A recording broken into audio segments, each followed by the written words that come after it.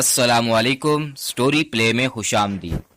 میرے جذبات قابو میں نہیں تھے، نم آنکھیں برسنے کو تیار تھیں، میرے ہاتھ پاؤں کانپ رہے تھے، ایسا لگتا تھا کہ میری سانس رک جائے گی۔ وہ دلہن بنی بیٹھی تھی، آج اس کے روپ میں کہیں چاند چمک رہے تھے۔ وہ مسکراتے ہوئے کبھی مہمانوں کو سلام کا جواب دیتی تو کبھی مبارکباد قبول کرتی۔ شرما رہی تھی، وہ میری چاہت تھی۔ ہم نے بچپن سے اب تک تمام وقت ایک ساتھ گزارا تھا، ساتھ کھانا پینا، اسکول، ساتھ ساتھ ہر جگہ ہم ساتھ تھے۔ مگر آج وہ دلہن بنی بیٹھی تھی اور کچھ دیر میں رخصت ہو کر اپنے خوابوں کے شہزادے کے ساتھ جانے والی تھی، جو دولت مند اور خوبصورت تھا۔ اس کے پاس کسی چیز کی کمی نہ تھی، وہ ملک سے باہر رہتا تھا، یہ سب اس کا خواب تھا۔ اس کے اپنے ہمسفر میں یہی وہ خوبیاں چاہتی تھی، اس کے لیے میں نے کبھی پیار کا اظہار نہ کر سکا۔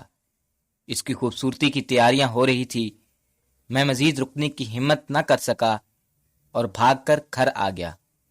میرے اندر باہر ہر طرف سناٹا تھا، ویرانی تھی، ہر شے پر اداسی تھی۔ وہ جا چکی تھی اپنی زندگی جینے اور میں تنہا ہو گیا تھا۔ ساری رات میں روتا رہا اور اسے ڈھونڈتا ہوا، پکارتا ہوا کہ اب وہ نہیں آئے گی۔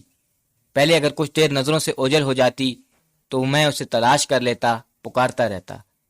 کسی دعوت میں کھانا نہ کھاتا تو وہ اپنی پلیٹ لیے میرے پاس آ بیٹھتی کہ اگر تم کھانا نہیں کھاؤ گے تو میں بھی نہیں کھاؤں گی، اور میں مسکرا کے کھانا کھانے لگتا۔ میں اکثر اسے کہتا کہ مجھ سے شادی کرو گی تو وہ کہتی، چل ہٹ پاگل، میں تو کسی دولت مند سے شادی کروں گی جو میری ہر خواہش پوری کرے گا اور جو ملک سے باہر رہتا ہو، تاکہ میں بیٹھ کر اس کے گھر چلی جاؤں۔ اس کی دعا قبول ہو گئی اور وہ چلی گئی۔ وہ زندگی کی ہر خوشی اور ہر مزہ اپنے ساتھ لے گئی۔ بیٹے، کب تک روئے گا؟ میرے لیے تھوڑا سا کھانا کھا لے۔ ماں سے میری اداسی دیکھی نہیں گئی۔ اب میرا اپنا کوئی نہیں تھا۔ انور صاحب بھی میرے سب کچھ تھے۔ انہوں نے مجھے بچپن سے پالا تھا، تعلیم دلائی۔ ان کی 3 بیٹیاں تھیں، سب سے چھوٹی بیٹی مہک مجھ سے محبت کرتی تھی۔ انور صاحب کپڑے کی دکان پر جاتے تھے جہاں سے ٹھیک ٹھاک تنخواہ ملتی۔ اماں ثانیہ کے بنا یہ گھر ویرانہ ہو گیا ہے۔ میرا ایک دوست ملک سے باہر میری نوکری کے لیے کوشش کر رہا ہے۔ آپ ہی بتاؤ میں جاؤں یا نہ جاؤں؟ میں ماں کے قدموں میں بیٹھا تھا۔ میں جانتی ہوں میرے بچے، وہ تو گھر کی رونق تھی۔ تم دونوں ہی گھر میں سارا دن شور مچا کر رکھتے تھے، اب تیرا دل کہاں لگے رہا؟ مگر دیکھ لیں نوکری کو، ابا سے بات کر لے۔ اماں اداس ہو گئی۔ اداس کیوں ہوتی ہو میری پیاری اماں؟ میں آتا رہوں گا، میں کسی قابل بننا چاہتا ہوں۔ میری اماں بات کو سمجھ گئی۔ باپ کو رضامند کرنے کے لیے اماں نے میرا خوب ساتھ دیا۔ پھر ماں کی دعا اور ابا کی مدد سے میرا کام آسان ہو گیا اور میں دبئی چلا گیا۔ دبئی آ کر میں نے خود کو کام میں مصروف کر دیا۔ رات دن کام کرتا تھا تاکہ ثانیہ کی یاد سے تڑپ نہ سکوں۔ میری محنت سال بھر میں نظر آنے لگی۔ میں نے کافی ترقی کر لی، اپنا فلیٹ، اپنی گاڑی بھی لے لی، پر دل میں جتنی محبت تھی اس کی آگ کو نہ بجھا سکا۔ اگر محبت مل جائے تو دل جلانے لگتی ہے۔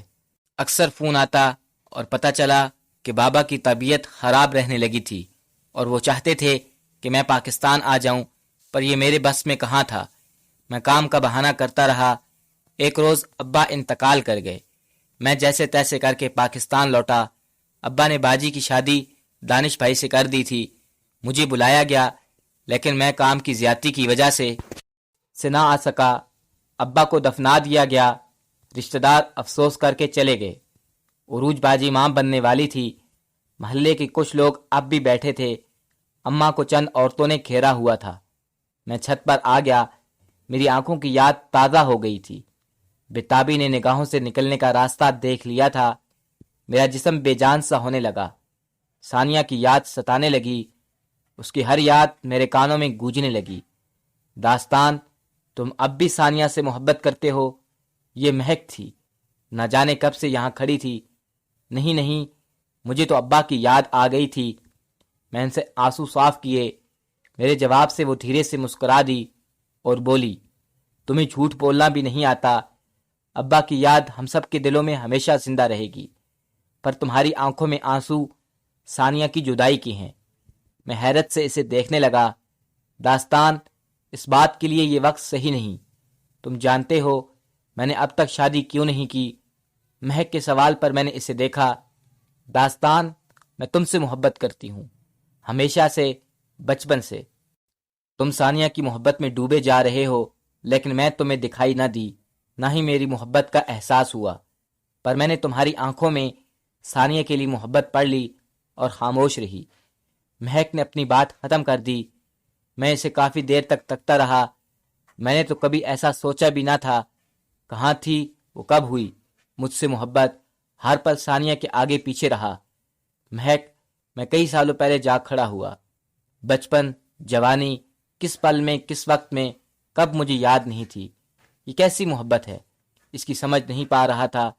اسی وقت عروج باجی نے نیچے سے مجھے پکارا۔ میں حیران کن پریشان تھا۔ نیچے کمرے میں ان کے پاس بیٹھا، جہاں اماں آنسو صاف کرتے ہوئے بولی، داستان بیٹے، ثانیہ کی شادی کو 3 سال گزر گئے۔ اب اماں کی آواز کے ساتھ آنکھوں سے آنسو ٹپکنے لگے۔ اماں، مجھے بتائیں، باجی نے کہا، ثانیہ کی شادی کے چند ماہ تک اس سے ہمارا رابطہ رہا، مگر 2 سال تک اس سے کوئی رابطہ نہیں ہوا۔ ہم نے بہت کوشش کی پر ناکام رہے۔ کیا پتا تھا اس کا، وہ بھارت کے کسی شہر کا ہے۔ ارشاد کے ایک رشتہ دار نے فون پر رابطہ کر کے ساری صورتحال بتائی۔ ارشاد ثانیہ کو مارتا ہے، اس پر ظلم کرتا ہے، اور سال بھر اسے طلاق دے چکا ہے، پھر بھی اس کا پیچھا نہیں چھوڑتا۔ تم جا کر ثانیہ کو لے آؤ۔ عروج باجی کی آنکھوں میں آنسو تھے۔ ثانیہ پر اتنی بڑی قیامت ٹوٹ پڑی، اور ابا نے مجھے خبر تک نہ ہونے دی۔ کم سے کم میں اسے گھر تو لے آتا۔ میں ماں کے قدموں میں آ بیٹھا۔ ابا نے مجھے اپنا نہ سمجھا۔ میری آنکھوں میں آنسو تھے۔ نہیں میرے بچے، نہیں، وہ نہیں چاہتے تھے کہ تو پریشان ہو۔ ماں نے محبت سے میرے بالوں میں ہاتھ پھیرا، اور اتنی بڑی بات ہو گئی، اور آپ کہتے ہیں؟ میں نے بات ادھوری چھوڑ دی۔ اب بس پھر میں جانے کی تیاری کرنے لگا، اور اسی رات کی فلائٹ سے میں بھارت روانہ ہو گیا۔ میں ایک پل مزید برداشت نہیں کر سکتا تھا۔ مجھے ثانیہ کی فکر تھی۔ اس کے لیے میرے دل سے دعائیں نکل رہی تھی کہ ثانیہ کے ساتھ ایسا ہوگا، مجھے اندازہ بھی نہ تھا۔ میں تو اس کی حیثیت اور تکلیف کو پکارا جاتا تھا۔ میرے دل پر بجلی سی گرتی تھی۔ اے خدا، اس کی حفاظت کرنا۔ وہ سارا دن بھارت میں گھومتا رہا، پھر جا کے اس کے گھر کا پتہ ملا۔ وہ ایک بوسیدہ سی عمارت تھی جس پر روشن دان بنے تھے۔ میں نے کئی بار دستک دی، پھر ایک گندا بچہ سر کھجاتا ہوا باہر آ گیا۔ کیا ہے، کون ہو تم؟ وہ بدتمیزی سے بولا۔ بیٹا کسی بڑے کو بلاؤ، کہنا پاکستان سے ثانیہ کے رشتہ دار آئے ہیں۔ میری آواز میرے حلق میں پھنس گئی۔ وہ بچہ ماما ماما کرتا ہوا گھر میں دوڑ گیا۔ میرا دل زور سے دھڑک رہا تھا۔ کیا مصیبت ہے؟ تبھی ارشاد باہر آ گیا، گندے کپڑوں میں ملبوس، اجاڑ حال، یوں لگتا تھا بہت سالوں سے نہایا نہ ہو۔ ثانیہ کو لینے آیا ہوں۔ کہاں ہے وہ؟ میری بات سے اس کی بھویں چڑھ گئی۔ وہ بے حیا یہاں نہیں ہے۔ کسی کوٹھے پہ تلاش کر لے اس بے شرم بے غیرت کو۔ وہ جانوروں کی طرح لگ رہا تھا۔ یا خدا، میری ثانیہ ان جانوروں کے ساتھ 3 سال سے رہ رہی تھی۔ میرا وجود کانپ رہا تھا۔ میں جانتا ہوں وہ یہی ہے، میں اسے لینے آیا ہوں۔ میں نے دروازے پر پاؤں رکھ دیا۔ اس میں سارا گھر رو رو کے ناپاک کر رکھا تھا۔ ہماری زندگی حرام کر دی۔ نکل باہر اور اس بے حیا کو لے جا۔ یہ ارشاد کی ماں تھی، جس کی بات پر مجھے اندر آنے کا راستہ دے دیا گیا۔ کچے فرش کا یہ مکان، پرانی عمارت، بارش کا زور اٹھانے میں ناکام رہتی ہوگی۔ ثانیہ، کہاں ہو تم؟ میں تمہیں لینے آیا ہوں۔ میں نے پکارا تو وہ میری آواز سن کر کمرے سے باہر نکل آئی اور مجھ سے لپٹ کر پھوٹ پھوٹ کر رونے لگی۔ مجھے اماں کے پاس لے چلو، ان لوگوں نے میرے ساتھ بہت برا سلوک کیا ہے، بہت مارا ہے مجھے، صبح و شام جلاتے ہیں۔ یہ دیکھو، وہ پھوٹ پھوٹ کر رو رہی تھی۔ میری محبت کا ایسا حال بنا دیا تھا ان لوگوں نے۔ اس سے نفرت ارشاد کو گھورا۔ اب اس بے حیا کو لے جا اور نکل جا، یہ میرا علاقہ ہے، تجھے اور اس منحوس کو ادھر ہی زندہ دفنا دوں گا۔ ارشاد میری نگاہوں کو دیکھ کر بولا، چلو داستان، یہاں سے چلو۔ وہ مجھ سے لپٹ کر روئے جا رہی تھی۔ میں نے ثانیہ سے بے انتہا محبت کی تھی، اسے پانے کی دعائیں بھی مانگی تھی، پر ایسا تو میرے تصور میں بھی نہیں تھا۔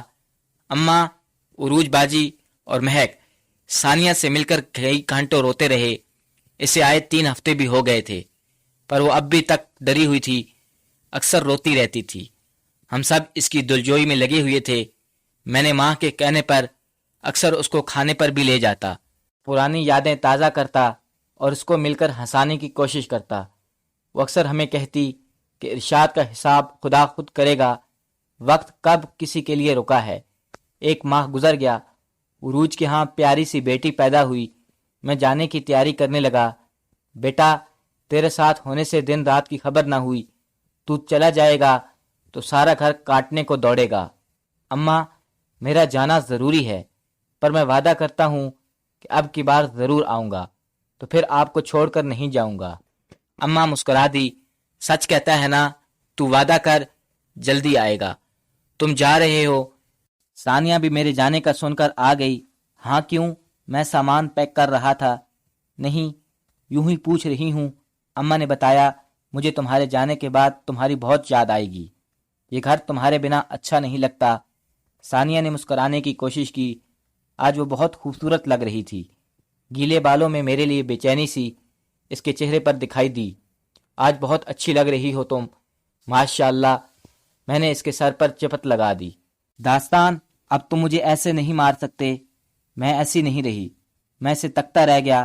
میری محبت نے انگڑائی لی۔ محبت کے سمندر میں میرا دل ایک بار پھر زور سے دھڑکنے لگا۔ تم نے مجھ سے میری اولاد کے بارے میں نہیں پوچھا۔ وہ ایک دم یوں گویا ہوئی جیسے اسے کچھ کہنا تھا۔ میرا خیال تھا تم نے اماں کو بتا دیا ہوگا۔ میں نے اس کے چہرے سے نظریں ہٹا لی۔ ارشاد باپ بننے کی صلاحیت سے محروم تھا، اس لیے وہ مجھ پر ظلم کرتا تھا، مجھے مارتا تھا، مجھے جلاتا تھا۔ اس کی آنکھوں میں لالی آ گئی۔ تم نے عروج باجی کی بیٹی کا نام سوچا۔ میں نے موضوع بدل دیا۔ ارے ہاں، میں تو بھول ہی گئی، وہ تو پوری کتاب لے کر آئی تھی ناموں کی۔ ثانیہ نے سر پکڑ لیا اور کمرے سے نکل گئی۔ میری محبت کسی گلاب کی طرح تازہ ہو گئی۔ میں واپس دبئی آ گیا۔ اکثر فون پر ثانیہ سے باتیں ہوتی رہی۔ ہم پرانی باتوں کا ذکر کرتے اور کافی دیر تک ہنستے رہتے۔ وہ اکثر مجھے واپس آنے کا کہتی کہ تمہارے بنا دل نہیں لگتا۔ اس کی ایسی باتوں سے میری محبت پروان چڑھنے لگی۔ ایک دن اس نے فون پر بتایا، داستان، کل دانش بھائی کے چھوٹے بھائی کے لیے مہک آپی کا رشتہ آیا ہے۔ اماں تو تیار ہیں، پر نہ جانے کیوں مہک آپی انکار کر رہی ہیں۔ اماں نے وقت مانگا ہے جواب کے لیے۔ ثانیہ کی بات نے مجھے جیسے نیند سے جگا دیا۔ کام کا بہانہ کر کے فوراً میں نے فون بند کر دیا۔ مہک مجھ سے محبت کرتی ہے، وہ میرے لیے تو بیٹھی ہے، مجھے کیسے یاد نہ رہا، میں کتنا خود غرض انسان ہوں۔ ثانیہ کے آتے ہی ایک بار پھر میں نے اسے نظر انداز کر دیا۔ میرا سر چکرانے لگا۔ ایک طرف میری محبت ثانیہ ہے تو دوسری طرف میری نام کی مالا پہننے والی سالوں سے میرا انتظار کر کے بیٹھی ہے۔ میری سمجھ میں کچھ نہیں آ رہا تھا کہ کیا کروں، اس کا ساتھ دوں، کس کو چھوڑ دوں۔ مہک، میں محبت کا مول ادا نہیں کر سکا۔ دوسری طرف میری بچپن کی محبت میری ثانیہ تھی۔ پھر خاصا سوچنے کے بعد میں نے اپنی زندگی کا ایک اہم فیصلہ کر لیا۔ اماں، میں پاکستان آ رہا ہوں ہمیشہ کے لیے۔ اب میں اپنا گھر بسانا چاہتا ہوں۔ اماں میری بات پر خوش ہو گئی۔ عروج باجی کو بھی میں نے شادی والی بات کی اطلاع دے دی۔ ان کے بھی کئی فون آ گئے، وہ بھی بے حد خوش تھیں۔ مجھے پاکستان آئے 2 دن ہو گئے تھے۔ بیٹا، ہمیں تو بتاؤ کس طرح کی دلہن چاہتے ہو اپنے لیے؟ اس رات کھانے پر اماں نے محبت سے پوچھا۔ اماں، میں نے لڑکی دیکھ رکھی ہے، پہلے میں خود اس سے بات کر لوں، پھر آپ لوگوں کو بتاؤں گا۔ میری بات پر ثانیہ شرماتے ہوئے مسکرانے لگی۔ میری آنکھیں اکثر اس کا چہرہ پڑھتی رہتیں، لیکن میں نے جو فیصلہ کر چکا تھا اس کے لیے ثانیہ کو سمجھانا ضروری تھا۔ میں اسی کشمکش میں تھا کہ میں ثانیہ کو سمجھاؤں کہ میں اسے شادی نہیں کر سکتا، میں مہک کی محبت کو نظر انداز نہیں کر سکتا۔ کیا میں آپ سے کچھ بات کر سکتی ہوں؟ کھانے کے بعد مہک میرے کمرے میں آ گئی۔ ہاں ہاں ضرور، کیوں نہیں۔ میں سنبھل کر بیٹھ گیا۔ آپ سے میری بس اتنی سی درخواست ہے کہ آپ ثانیہ کو کبھی اس حقیقت سے آگاہ نہیں کریں گے کہ میں نے آپ سے محبت کی ہے۔ خدارا اسے کبھی خبر مت ہونے دیجیے گا۔ ہم سب جانتے ہیں آپ اسے ہی اپنا بنائیں گے۔ مہک کی آنکھوں میں آنسو تھے، وہ ہاتھ جوڑے مجھ سے التجا کر رہی تھی۔ نہیں مہک، اس طرح تمہیں ہاتھ جوڑنے کی ضرورت نہیں. تمہاری محبت، تمہارا انتظار میں نظر انداز نہیں کر سکتا. میرے جذبات کو ثانیہ نے نہیں بلکہ تم نے سمجھا ہے. میں یہاں ثانیہ کو نہیں بلکہ تمہیں اپنا بنانے آیا ہوں.